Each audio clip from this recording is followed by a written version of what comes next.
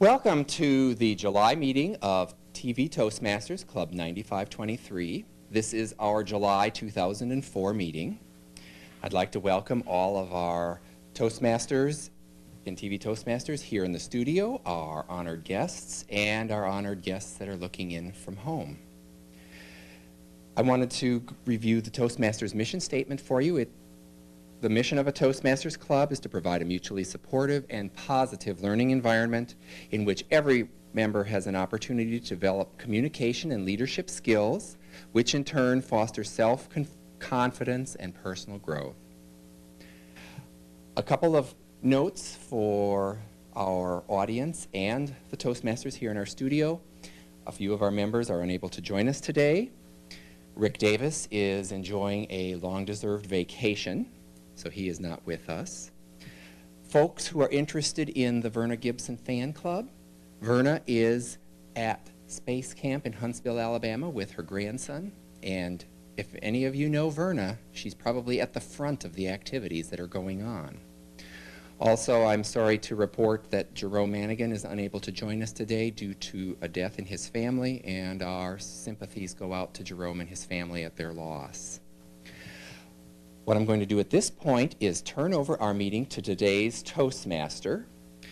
Today's Toastmaster is Ben Davis, ATM Gold and competent leader. He is going to be running the meeting for us today, and you will be seeing me a couple of times throughout the meeting as well. With that, I'm going to turn our meeting over to our Toastmaster for the day, Ben Davis.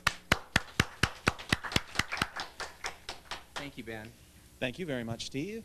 And again, let me second his welcome to those members of our studio audience here today, as well as those members of our viewing audience seeing us today on TV. We certainly do appreciate you being here with us. Now, today is a wonderful July day. I hope everyone had a great 4th of July. Now, we're coming into those days when August is fast approaching, and children are looking forward to those last days of summer vacation, and parents are looking forward to those last days of summer vacation. So we're glad you've taken a little time to join us. To begin our meeting today, I would like to introduce a couple of guests and say thank you for attending. First of all, Ms. Joni Buchanan, longtime Toastmaster and president of Talk Toastmasters and Cheers Toastmasters Clubs, is visiting us today and in fact will be giving us a presentation. So welcome, Joni.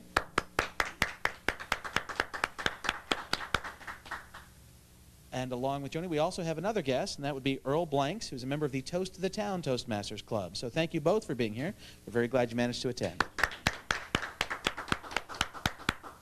To move directly into today's meeting, we'll be beginning with our word power. Now, just as a reminder, our word power is where we give a word to help you increase your vocabulary and challenge our members and guests to work it into their conversations and presentations today. So to give us our word power, it's my pleasure to introduce Toastmaster Nellie Bowen. Nellie. Our word today is parade. There are a lot of parades taking place this time of year. The 4th of July parade, and I'm planning to be in a large one on, not this Sunday, but the next Sunday. It's exciting. I enjoy watching them, but they're a lot more fun to be in. A parade can be a noun, meaning procession, display, or march. It can also be a verb, strut, flaunt, trumpet, flourish. And my sentence, the 4th of July parade was patriotic and the tribute to our servicemen was very touching. It made you proud to be an American. Mr. Toastmaster.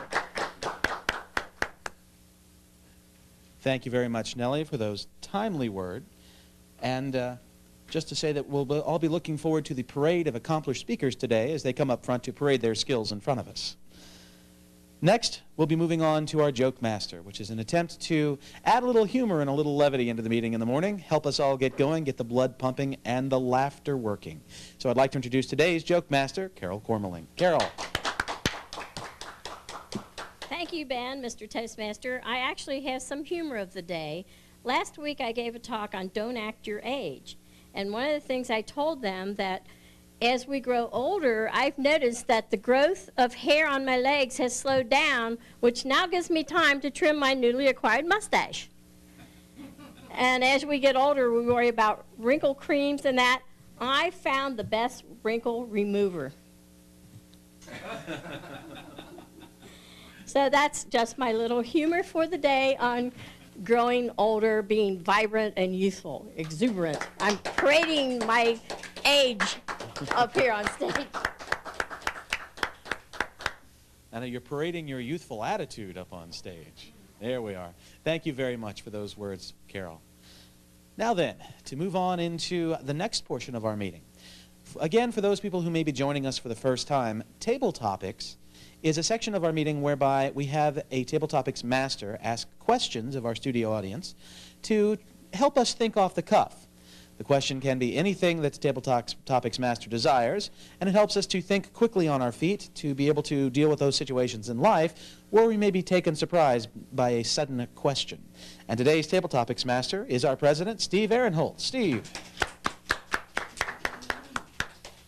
Thank you, Mr. Toastmaster. Today, for Tabletopics, I decided that I would do something I haven't done in a long time. I have brought in an assortment of things, and I'm going to ask the participants to describe what the object is, why no home should be without it, and then any other incidental comments you may want to share with us about your experience using the device and why it is essential to be present in anyone's home or office or supply toolbox, wherever you go to grab those handy little things that no one should do without. The first item that I have today is this, and I would like Nellie to come up here and tell us why this is an essential device that no home should be without and why you consider it so essential. Nellie Bowen.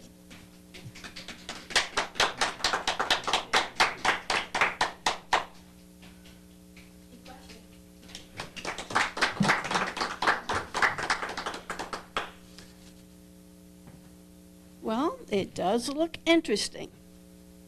Now, if it wasn't so large, you could use it to clean bottles. But this would be an awfully big bottle, so it's not that. I think what this is, you can use it to clean Venetian blinds. And those who have Venetian blinds know you get all that dust between those slats, and they're not that easy to clean. So you take this, you go right in there, slat by slat by slat. And you look at your Venetian blinds, and they're just as sparkly clean as you can be. Now, because you don't want dirty Venetian blinds, you wouldn't want to be without this. What else could you use this for?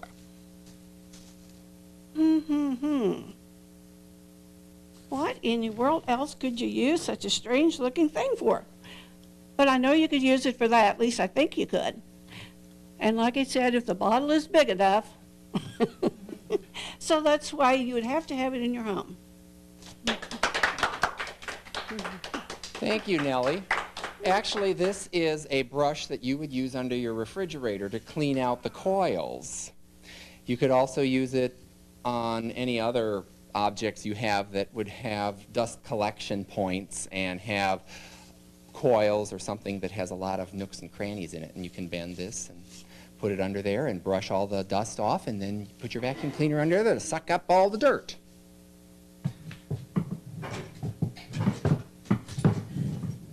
All right, our next object here is this. Earl, would you come up and tell us why this is something that you find exquisitely useful and something that no home should be without?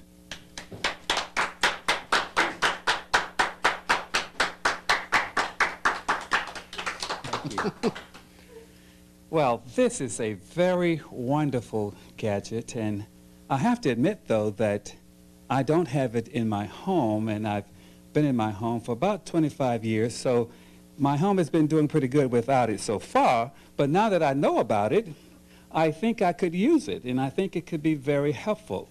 There are times when my wife puts me out in the yard to trim the flowers, and I think that as those flowers fall down and I'm on my knees, I could use this to rake them up into little piles, the little brush, and pick it up with a larger rake, and this would work out real well. It could also help in the fall when the leaves are coming down, and when the big rake, I've done all I could do with it, and the little fine points are there, and you want to get that up, this could be very helpful for that. So I would think that, although I don't have one now, I would probably go out and buy this, because I think that this would be a big help. Thank you. Thank you, Earl. You did an excellent job of identifying the use for this. This is actually a shrub rake. And what you use it for in the fall is to rake the leaves out of the shrubs that are around your house, and all the leaves get worked in among the junipers and any other bushes that you have. And you can use it to clean things out of the mulch underneath your plants. I found this at a specialty hardware store in Denver, and I have used it extensively. It's flexible enough that you're not breaking branches and things like that. So you did a real good job coming up with the use for this, not knowing what it was. Thank you.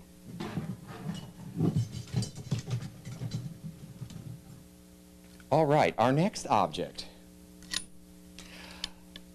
Carol, would you come up here and tell us why this is a device that no home should be without, and what uses you find it is extremely helpful with?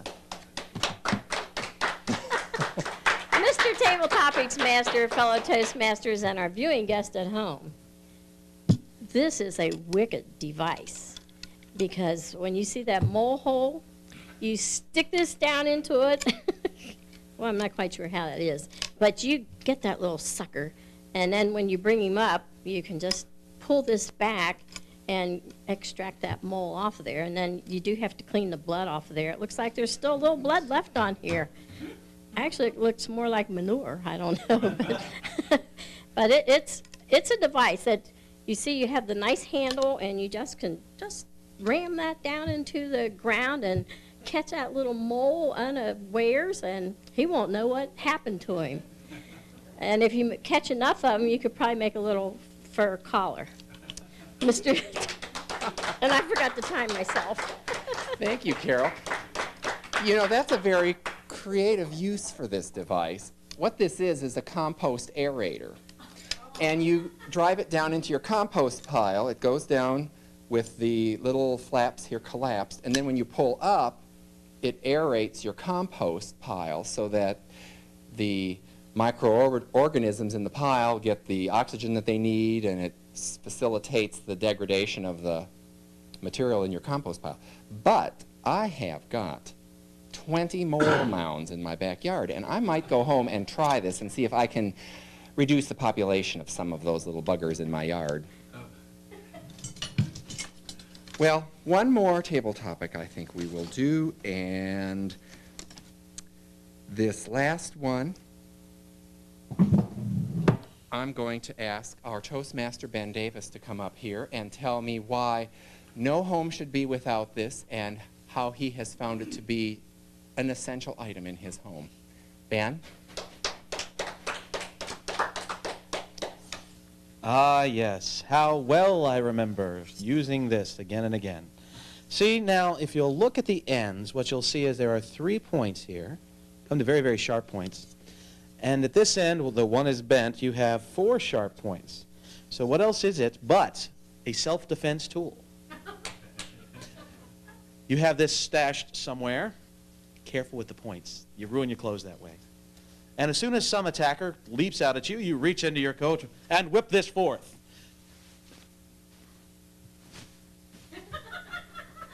Now, admittedly, they have to be very close or else really, really short. But you can still attack. And even better, it's got the hook on the end so that if they start to run away, you can reach out, hook them back, and pull them back for a well-deserved beating. So, this is something that no true devotee of the martial arts should be without. Mr. Tabletopics Master. Thank you, Ben. What a creative use for cross-bridging. In your home, a lot of times between the floor joists, you will see structures that cross like that and keep your floor joists spaced. And that's actually what this is.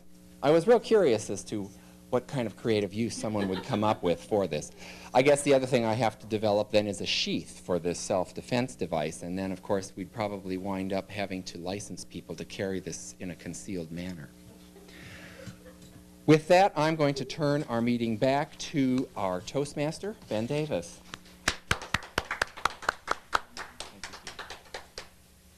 Thank you very much, Steve.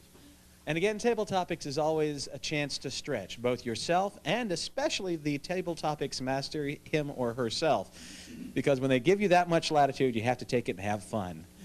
It's always something to consider. When you're surprised by a question, it's not an opportunity to sweat, to worry, or to fret.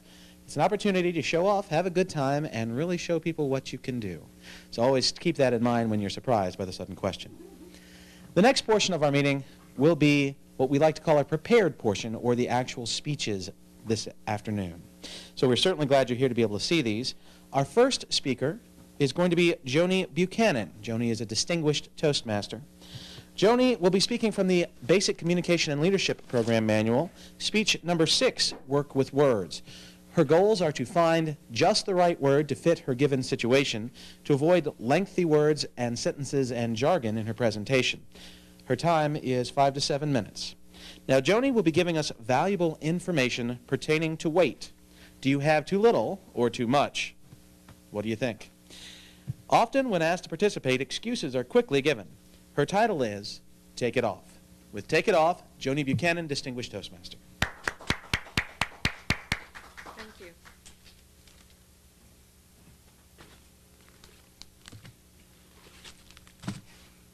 Mr. Toastmaster, fellow Toastmasters, and our guests today, just look around, look at each other. Just take a moment and look at each other. Okay? What do you see? Do you see perhaps Carol that's really nice and petite and very trim? Or do you see some people that maybe their coats are buttoned up hiding something, or you have a shirt that's over their stomach so that you are trying to hide something? Many times we have this opportunity that when we see people, we look at them and we make judgment calls. But why? You know, we look at the physical appearance of a person and we say to them, you know, they should lose weight. They'll be healthy. They'll feel better. But how is it done? You know, I have 3 steps that I think are very critical in doing this. Many times when we do things with ourselves, we think, okay, stop eating. No, you don't want to do that. You don't want to really do that. First step, how about exercise? Everybody stand up. Stand up. Now, reach. 1, 2, 3, 4, 5. Okay? Now, bend. Switch. Come on. Now, everybody can sit down. How did that feel? Did it make your blood work up? Did you feel a little bit better from doing it? I think so. And we have things at home that we just put aside, don't we? We have treadmills. Don't we have bicycles at home? How about just opening the door and walking out? How many takes a walk just down the street and turn around and come right back? And we have to do that. Step number 2, very important, that people just take for granted. How about water? We have it with us all the time. I mean, we got to go buy it now, right? We pay for it. Or you can just turn the faucet on and pour yourself a glass of water.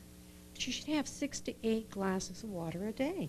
It's very important that you wash your system out. And it's important that you know what to do with, you know, you think, well, coffee is a good liquid. No, it's not the same as water. How about juice? Yeah, juice can give you vitamins. It's good for you. How about just taking vitamins? Vitamins are good for you too. You know, fruit, vegetables, all those are good for you. But how about just your normal glass of water?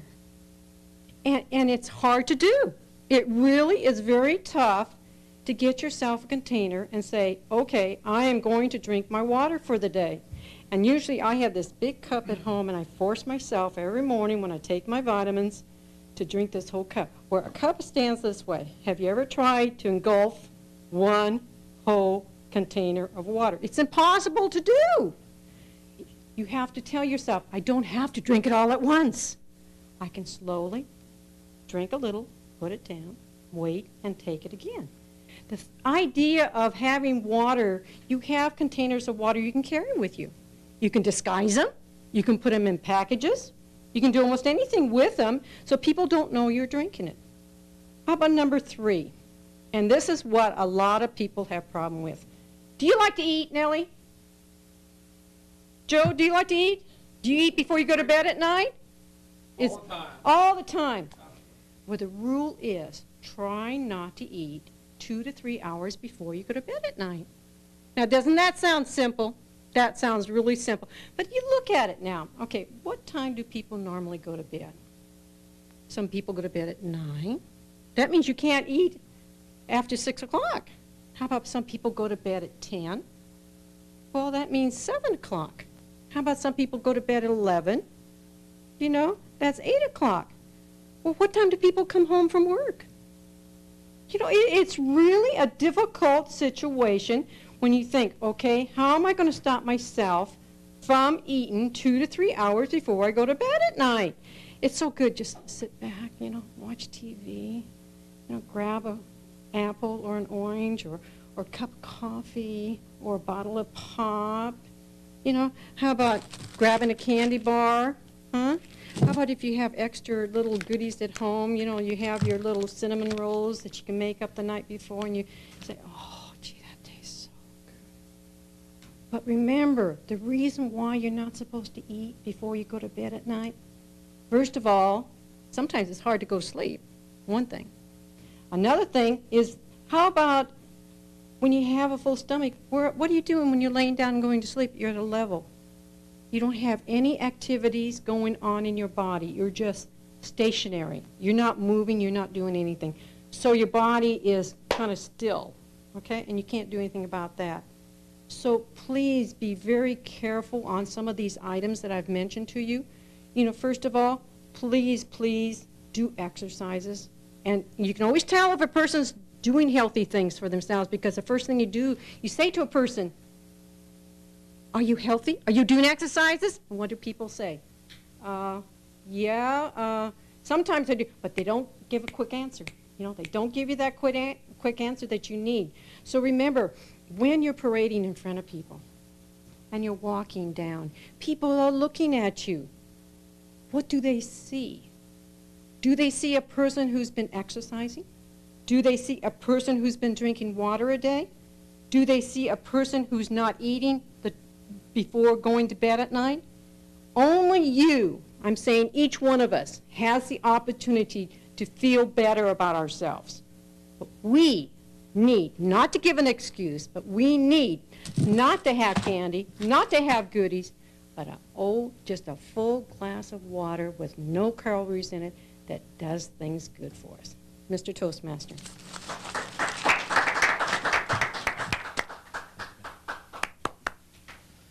Thank you very much, Joni. We'll now take just 1 minute to allow our evaluator a little time to prepare his evaluation for Joni. I'd like to begin tonight with a little joke. This guy, he's a farmer, and he says, hey, hello, sorry. But seriously, folks. Speaking in public is no joke. Doctor says, chicken says... For help, call Toastmasters, the public speaking support group. The chicken.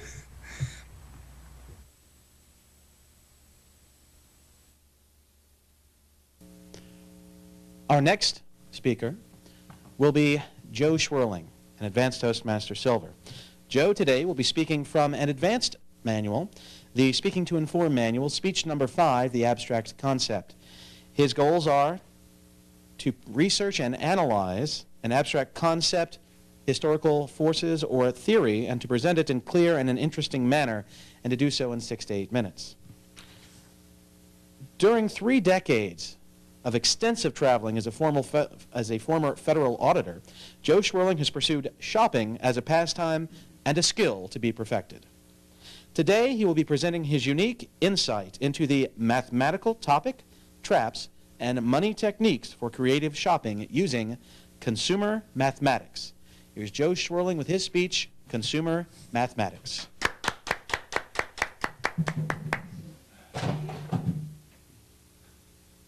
Thank you, Mr. Toastmaster.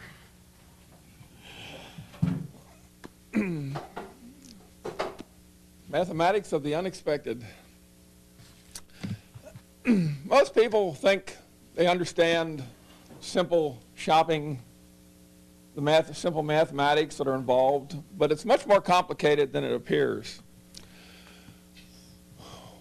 Many of us started out with the old five and dime stores. Now we're into much larger dollar amounts. Most of us think of saving money used to be with just the basic coupons. You get them in the Sunday newspaper, the things distributed in the mail. But your potential savings on those coupons frequently aren't what you would think. First of all, if they offer you 30 cents off on buying 2 of something that you only wanted 1 of, you're only getting half that amount as the discount and having to buy twice as much to get it. So your percentage is only half that amount. If you're a procrastinator like me and you don't get around to using the coupons before they expire, they're worth 0. So forget what the face value is, they're worth 0. Except you can contribute them to your recycling campaign. Keep them out of the landfills.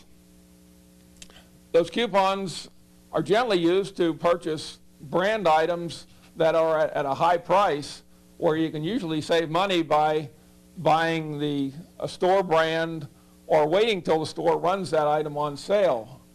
And that sale price is usually better than the coupon price. Once in a while you can combine the two, then you double your money. But you can't count on that on items that you need on a regular basis.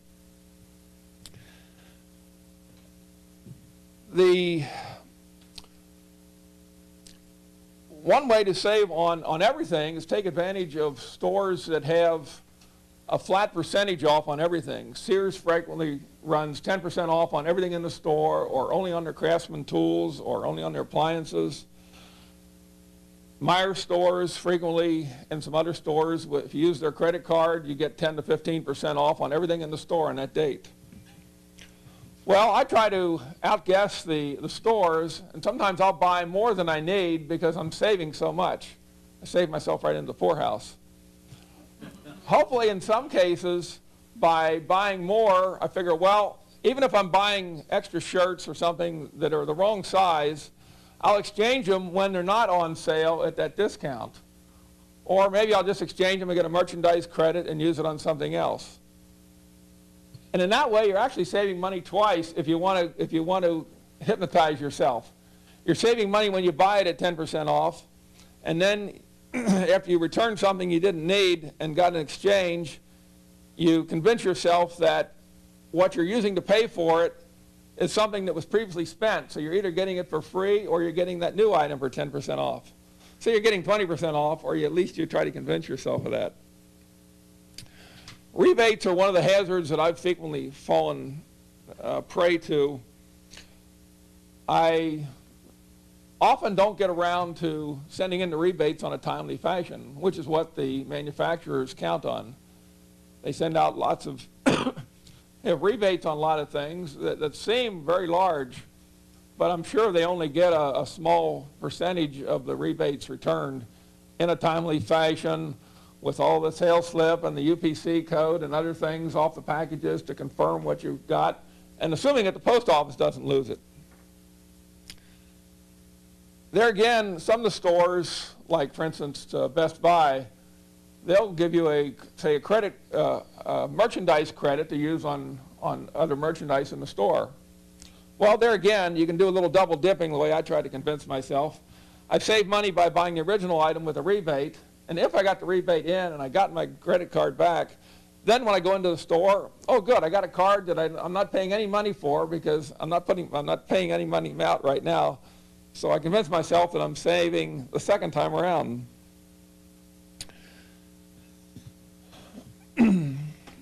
Part of the hazards of being so skillful in acquiring all these things is that I tend to buy multiples of what I need because they are so low priced, or when I find unusual items.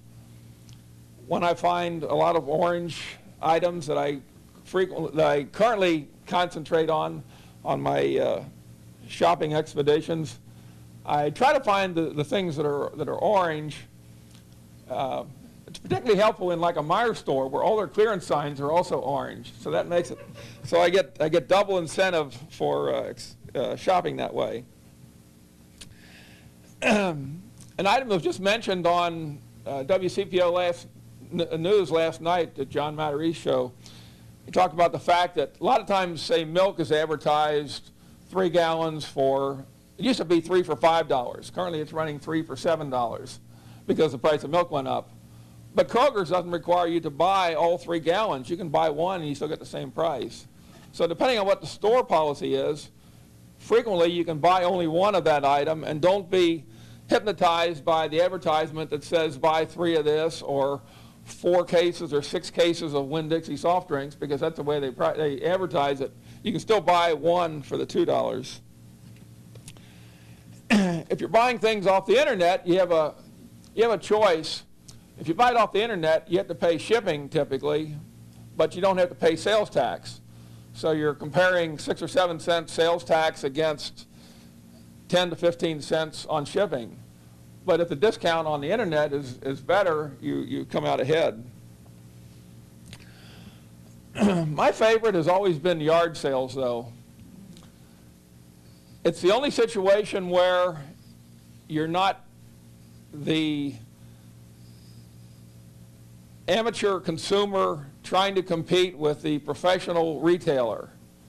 They have manufacturing, distribution, retail facilities that have to be paid for by the consumer, and you know that you're going to pay for it one way or another. But in a yard sale, everybody gains, a win-win situation. The person selling the yard sale items, also known as rummage sales, particularly up north, is people are getting rid of things they don't need because either they've upgraded to something or they've changed their decorating scheme, they've outgrown clothing, families with children have a lot of toys. Being single, I've never been in the market for the toys and especially women's clothes, only men's. But I've been able to find a lot of things, and everybody's happy because there's no force out there to convince you to buy it now. The only restriction is that you have another mathematical, numerical control, which is the time factor. You can only do that yard sale shopping on either Fridays or Saturdays. As it happens, our meeting is on a Saturday morning, so even just today I had to try to squeeze in a couple of minutes to acquire a couple of things. And it's like a treasure hunt because you never know what you want. This is one item I picked up just on the way here. It looked like a simple tray, but when I turned it over, it's got a very nice mosaic in it. Handcrafted, and somebody... And finally, the most unexpected things. With me, again, anything orange. Found a little M&M man. He might be a collector's item someday, but I just like anything orange. And a little reflective orange for my birth, and my other orange hobby besides saving money. So I encourage you to keep mathematics in mind, and try to keep the percentages of discount, the rebates, and everything under control. And the only thing you'll have to worry about is the square footage in your home that keeps getting smaller and smaller of available space as you fill it up with all your acquisitions. Mr. Toastmaster.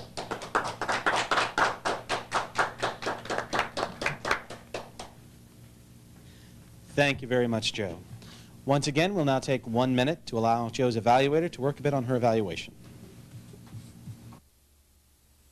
All the education in the world won't help you get ahead in life if you can't express your ideas effectively. Every day, competition for advancement gets tougher and tougher. You need an edge. A Toastmasters club can give you that edge. A low-cost learning experience for men and women. Toastmasters gives you the confidence to express your ideas to anyone. Get the Toastmasters edge.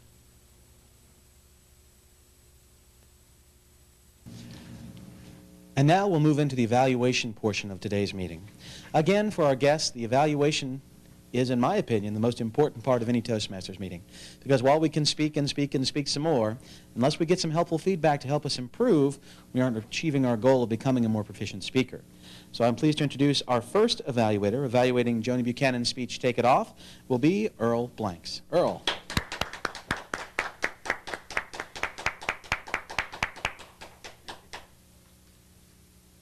Joni, what a wonderful speech.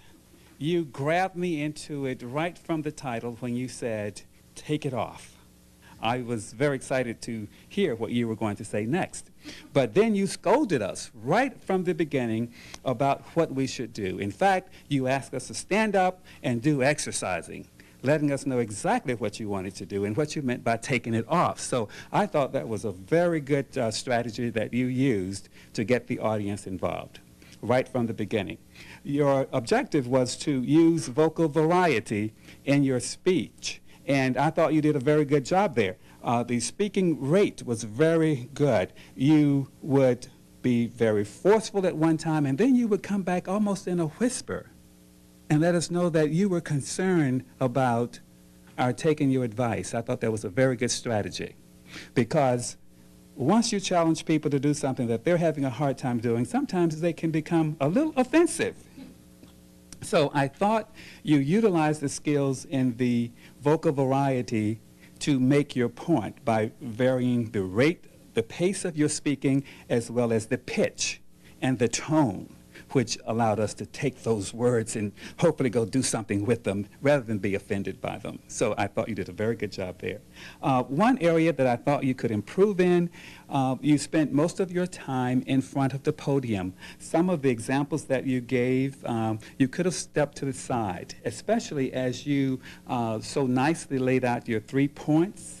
If you would have made 1 point maybe to this side and then say, now in point 2, you go to this side. In that way, we could perhaps visualize what you were giving to us a little better. So that was very wonderful. Good content that I could certainly use to go and improve myself.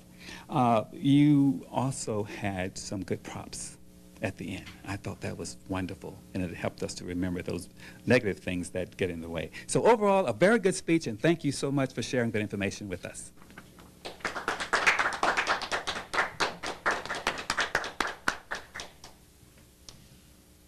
Thank you very much, Earl. Our next evaluator, evaluating Joe Schwerling with his speech on mathematics, consumer mathematics to be specific, we have Nellie Bowen. Nellie.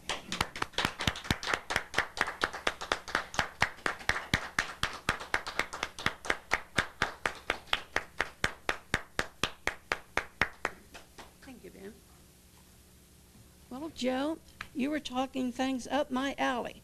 I enjoy yard sales. I have got wonderful things at that. And what I enjoyed, to me, it's like a treasure hunt. When you go into a store, this department has this and this department has that. You know, yard sale, you don't know what you're going to find, and it's always cheap. I have a Scottish background. We like cheap. And how did you define the scope of your speech? He taught us that sometime when you think you're making, saving money on a sale, you're actually not. And especially you should never buy something because it is on sale or closed by something you don't have anything to go with it. You get a dress, now I have to have the shoes. You get the shoes, I don't have the right jewelry. I mean, now, would you save any money? But you know what? The store liked it. And was the topic narrow enough? Yes, because you focused on just on us as a consumer. And you explained the different types of sales. And one reason they offer rebates, a lot of times you don't get them. I was supposed to get $100 off on a new computer I just bought. I didn't get it. So a lot of times you think you're going to get a rebate and you don't. But how did you draw on experts' opinions? You drew on your own knowledge. And you are an expert, so you'd be the expert. And did you make it interesting? If you're interested in saving money, you did. And you explained that you have to be careful on the different types of promotions. Sometimes you think you're saving and you're not.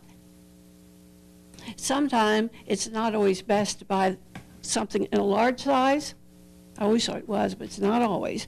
And it was a good speech, Joe. I enjoyed it.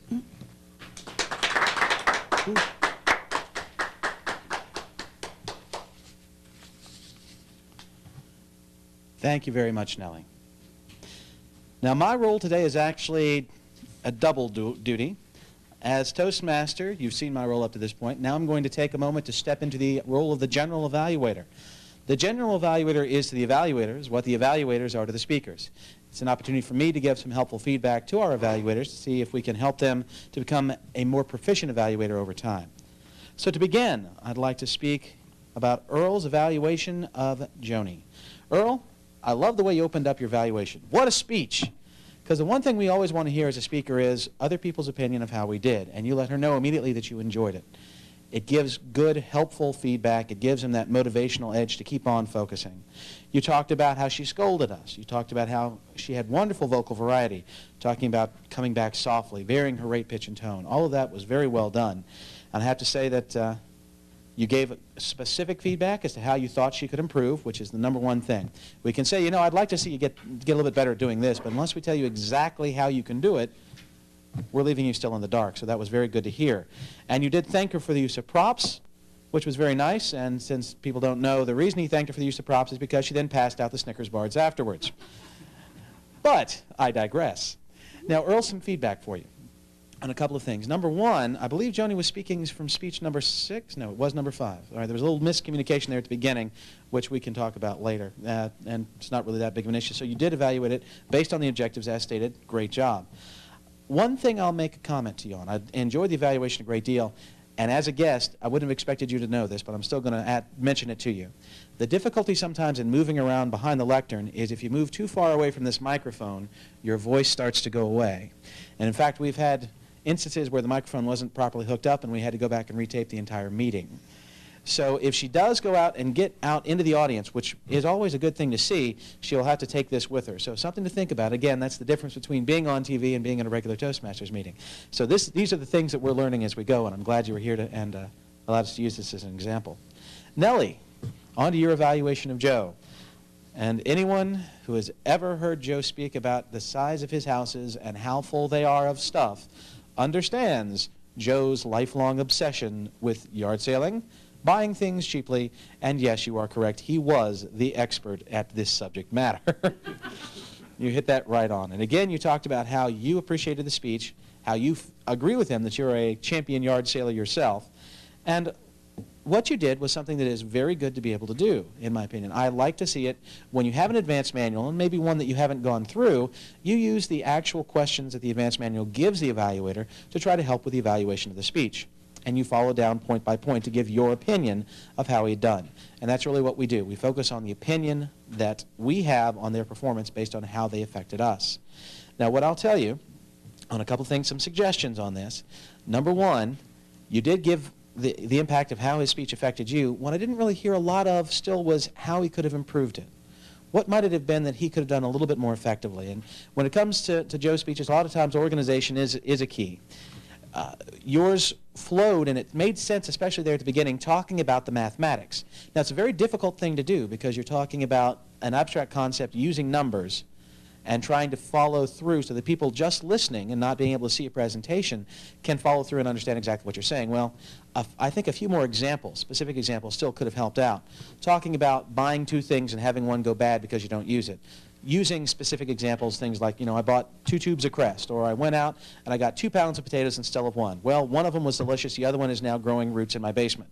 Something along those lines to really make the impact on the person. So again, talking along those lines. Now, during that first portion, I thought his organization was pretty good and logical. It made sense. Then after that, when you started talking a little bit more about yard sailing, you got to the main point of what you really wanted to talk about in the first place. But I felt like it went off the track of what you had decided to go into, and that was the abstract concept itself, the idea of the speech. You started talking about something which is near and dear to your heart, which is obvious when we listen to you speak. But the focus can shift in that case, and my suggestion would be to pay attention and always try to keep in mind what his goal stated goal was. And if he's decided to change that goal in the speech itself, then he should be talking to you about that ahead of time so you're aware of it and can evaluate him based on that as well. Just a little helpful feedback for the future. I did enjoy your evaluation, and you again, just like Earl did, gave some great feedback to let him know that you did appreciate his speech and give him motivation for the next one. So well done to both of the evaluators today. Now, I also have the opportunity to evaluate the meeting as a whole. I have to say the Toastmaster was suave, debonair, convincing, and quite frankly, just great. But that's beside the point.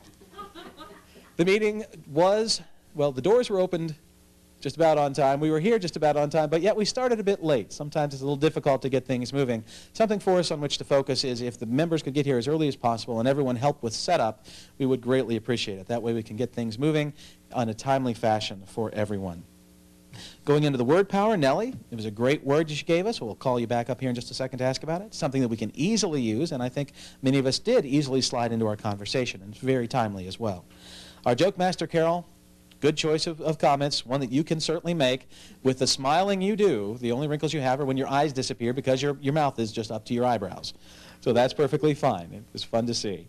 And our Tabletopics master, yes, that was quite interesting and a lot of fun. And you're right, doing something like that, you never can expect or tell what the person's going to do. So being able to come out, tease us and tantalize us, and then step back and let us go is a skill. And it was a pleasure having you here for that. I thought it was a great topic.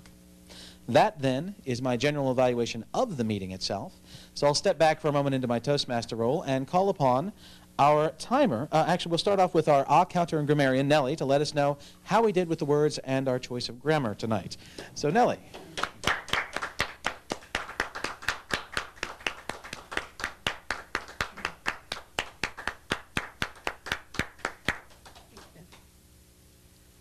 I listened and I tried. I only heard one ah. Now, I probably missed some, maybe. I just didn't hear it. I heard one from you, from it's Earl, I thought it was. And that was the only one I heard. And as for grammatical errors, I didn't hear them. Of course, you realize this ear doesn't work. That cuts out half, right? But anyway, I thought everybody did excellently, and we've been doing better. I don't think we're having the ahs and the ums and the ands that we used to have. So it was excellent. At least to me it was.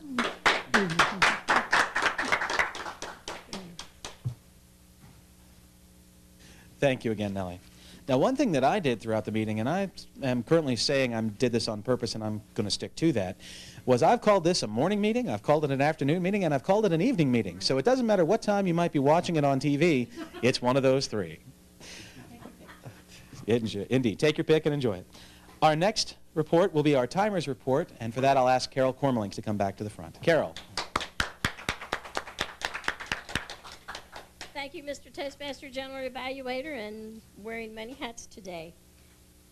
Timing. Okay, I'll put this last thing. It was a little difficult trying to time and keep track of everything going up and down. Our Toastmaster for the day, as you said, we did start late. On word power, the first time when you gave us the word, Nellie, was 54 seconds, and the second time when you gave your report was 45 seconds.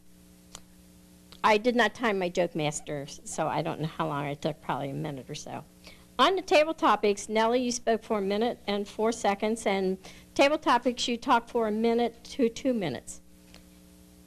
Earl, you spoke for 1 minute exactly, and I spoke for about 45 minutes. I forgot to time myself, but I think it was about 45 minutes.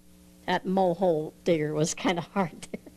And Ben, you spoke for 36 minutes on your floor joist. The Joni Buchanan speech was 5 to 7 minutes, and she spoke for 6 minutes and 50 seconds. Right in there, Joni. Joe Schwerling, you need to watch your time, Joe. You had a 6 to 8 minute speech. You took 9 minutes and 7 seconds. And that's one thing about practicing your speech and doing the timing. You need to get a little better at that. And that is my timer report for today, Mr. General Evaluator. Thank you very much. Appreciate that, Carol. Now, it's time for the General Evaluator to hand things back over to the Toastmaster. We're done. Okay. Now the Toastmaster will be stepping down, first of all saying thank you very much to everyone in the studio for attending.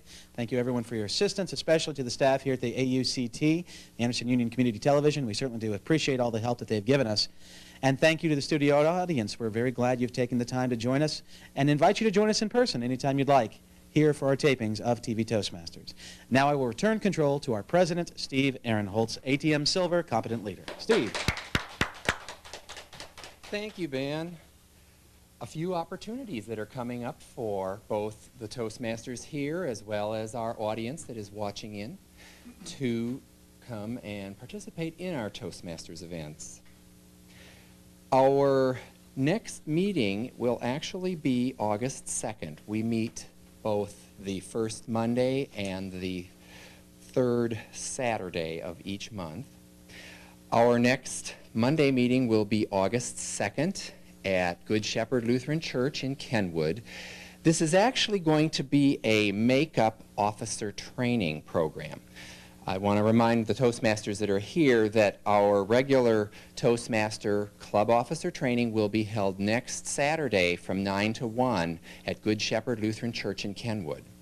And it is recommended that all club officers attend training, and other club members are welcome to attend and learn more about the different officer roles. Our next Saturday meeting here in the studio at AUCT will be August 21st, and this is going to be our club contests. The fall contests are the humorous speech contest and the Tabletopics contest. They're quite entertaining, and I'm hoping that we are going to have a good turnout for that. Several of us have agreed to be both speakers in the humorous speech contest as well as Tabletopics speakers. I have to come up with a speech for the humorous speech contest. Maybe I'll take my compost aerator and see how it works with the moles and relay a story to you on that. Following our August 21st meeting, we will be having our next meeting on Monday, August 30th, and that will be held again at Good Shepherd Lutheran Church in Kenwood. That meeting has a special topic. It is going to be Moments of Truth, Club Quality Standards, and I would encourage people to consider joining us for that. We start at 6:30 p.m., and this is at Good Shepherd Lutheran Church at 8770 Kenwood Road in Cincinnati. I'd like to thank all of you for joining us today, both those of you here in our audience as well as those of you at home looking in. With that, I'm going to adjourn our meeting for today, and you will be watching this in August. Our August meeting will be videotaped and played in September. So until we see you, and as our Toastmaster pointed out, you're welcome to come and attend, visit us, see what Toastmasters is all about. With that, thank you.